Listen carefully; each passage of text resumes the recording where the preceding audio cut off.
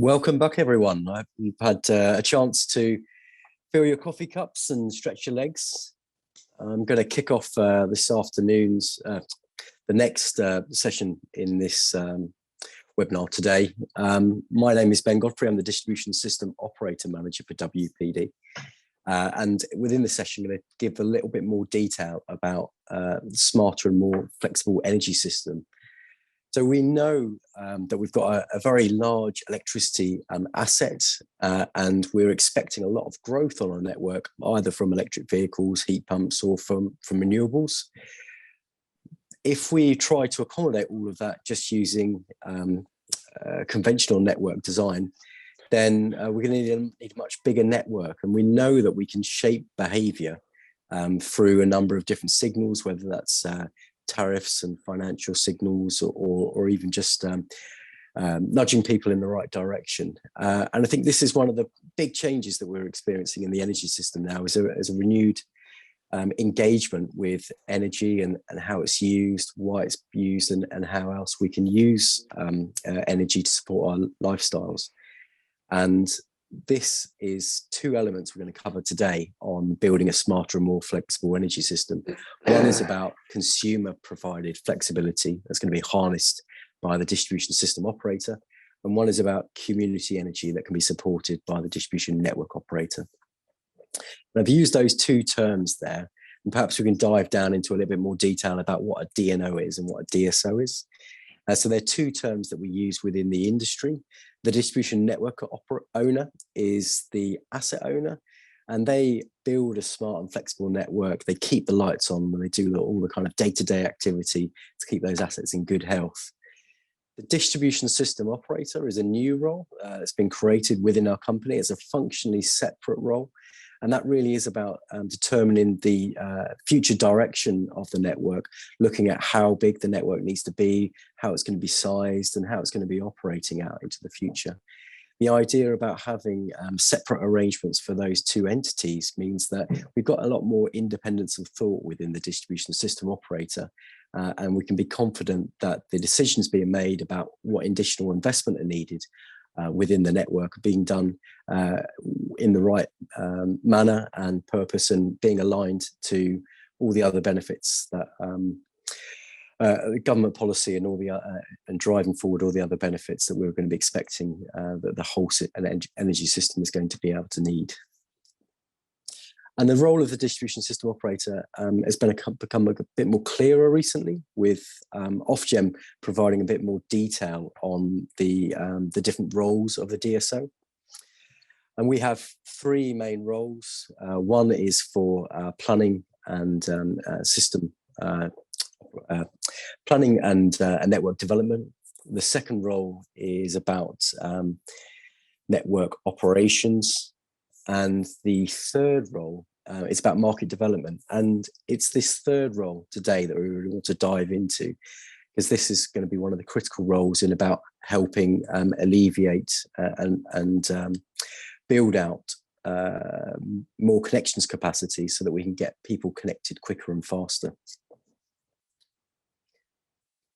So there we go.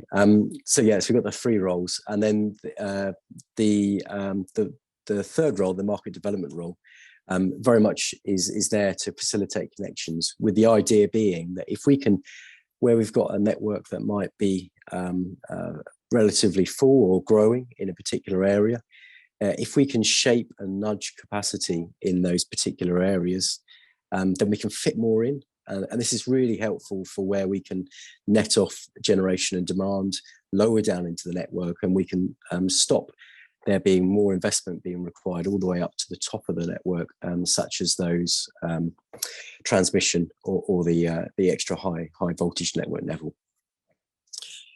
So because we know that flexibility can deliver this network capacity quicker and more economically than conventional reinforcement, what we're doing is we're trying to seek your views on how we can best develop these markets within our area, and making sure that customers are aware of the opportunities that participating in these markets might bring them, both directly as a financial revenue for them, but also as a wider benefit to society as well. If you can net off things closer to the lower voltage levels, then you can defer or avoid some of that investment.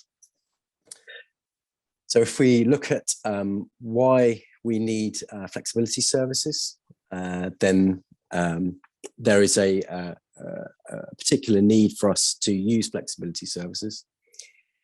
If I can just pop to the next slide there, which we use flexibility services for just lopping off the peaks. So if we've got a network, it's got a certain amount of capacity, we can see that as the demand grows on the network, then the curved area will start going higher and higher, and at some point it will breach the amount of capacity that we've got on the network. If we can shave the peaks and fill them into the troughs, we can get a better utilization on the network, and that will really help drive down costs for all consumers. So we've realized that this is a really great approach to help make our network and our business become more efficient. So we now adopt a flexibility first approach, which enables us to seek non-wire alternatives ahead of doing that conventional reinforcement. And on the next slide, we've got 3 different services that we procure at the moment: are secure, dynamic, and restore, and they're for a number of different purposes. And we procure them through Flexible Power, which is a brand that we created and now shared across 5 of the 6 DNOs. And this helps drive consistency across the market. So the market development is one of the roles that we've got, and we expect that we're going to be driving towards developing rich and deep markets. So on the next slide, we can see exactly how some of those changes are going to be created out into the future.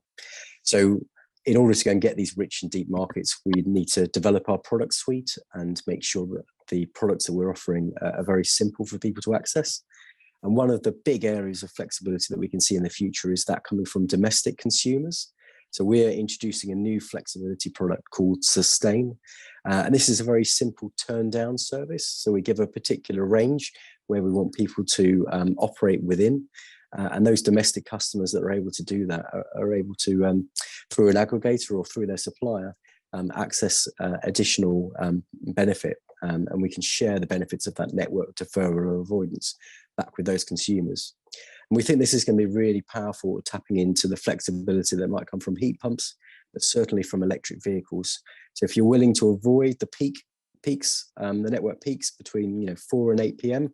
and charge after that, when electricity wholesale prices are a lot lower as well, you can get a double benefit of a much cheaper electric vehicle tariff. So we think that flexibility from domestic customers has a real potential to provide a great benefit to our network. And we think that this is one of the reasons why smart metering is held as providing such a big benefit back to the UK. So we're looking to try and test a few questions for you today about whether it's reasonable to use smart metering data to help us support that service. And we're also trying to see who you think, as a domestic customer, you would be best engaging with to offer that flexibility. Is it through an aggregator, through your energy supplier, through a charge point manufacturer, from a vehicle owner? All these different types of new linkages that are being created in the energy system. We want to see who your thoughts are on the trusted entities within those parties. The next slide talks about some of our pricing strategy, about how we create the financial mechanisms and signals to harness and tap into that flexibility. So for our other products, we've looked at driving market-led prices, because this is really focused on the industry. And so where we've got enough competition in an area, we move away from a fixed pricing to a more market-led that has a bit of volatility. But we're sort of questioning whether, for domestic consumers, whether they need that level of exposure to that volatility of prices to help drive behaviour, or whether a flat fee would be suitable and be most accommodating, so that people can, does the simplicity of a simple flat fee work better for domestic consumers? So it's another sort of question we're trying to test. What I'd also like to talk to you today on the next slide is about community energy. So this is another way that we can, as a distribution system and network operator, we can drive behaviour And we think that community energy schemes are great to improve the circular economy in particular areas, and making sure that the benefits of renewable energy and energy projects are maintained within the local area and not just given up to large corporations. So we think that local communities taking collective action to address climate change and increase the local ownership of economic benefits of energy is a real key aim for us. And there are a number of different facets and elements that we think can be built into community energy. Important bit around that, and one of the main things to stress is it's not just about the creation of electricity back onto the network, but it's also about energy savings advice as well. So if we can reduce the amount of consumption in a particular area, as a network operator, we have a unique position that we don't really mind how much energy is flowing through our network, as long as we're still serving all the needs of our customers. So if energy efficiency can be one of those critical tranches of delivering net zero, we're not faced in the same sort of position, say, as an energy supplier who are required to sell more units. We're very much a regulated monopoly in that respect.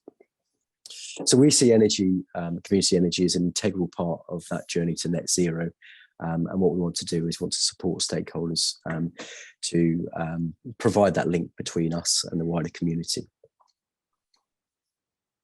So in terms of that support for community energy, back in February of this year, we created a net zero community strategy, and that was co-created with stakeholders. And that sets out a number of different commitments that we've got within the business to help support those community energy schemes and help those communities deliver those projects. We know that they're reaching out to try and do so.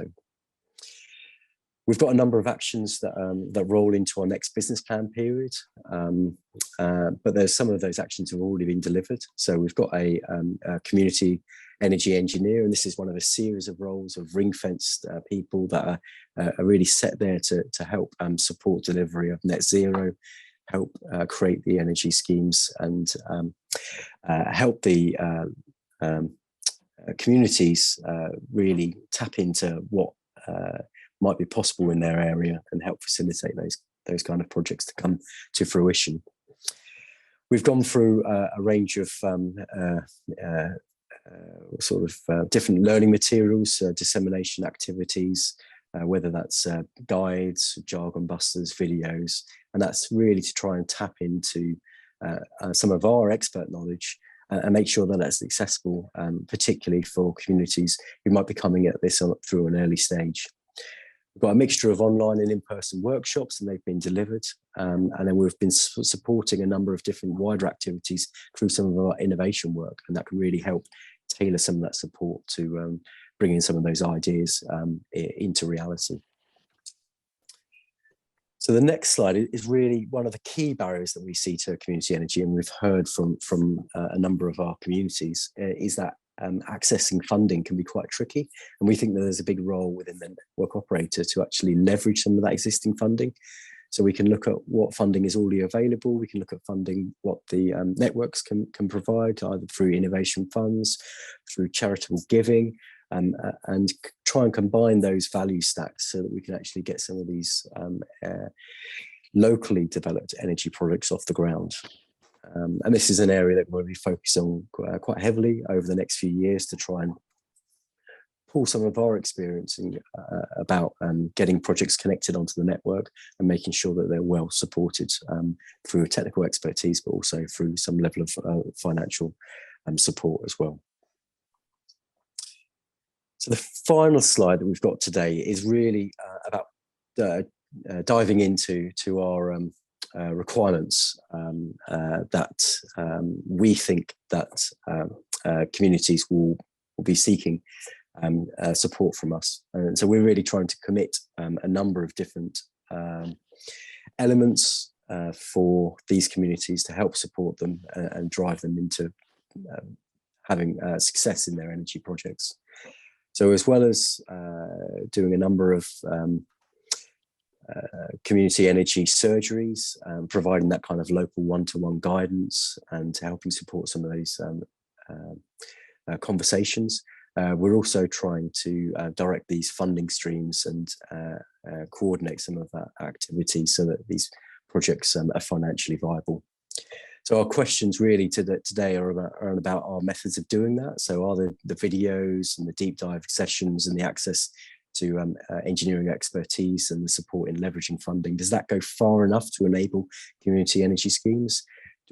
Are we doing enough? Can we do more? Are there other things to do? So we'd really like to get into that question.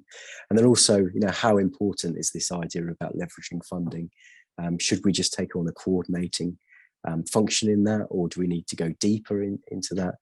How important is that as a barrier? And is that one that we really need to lean on to help break down some of those barriers?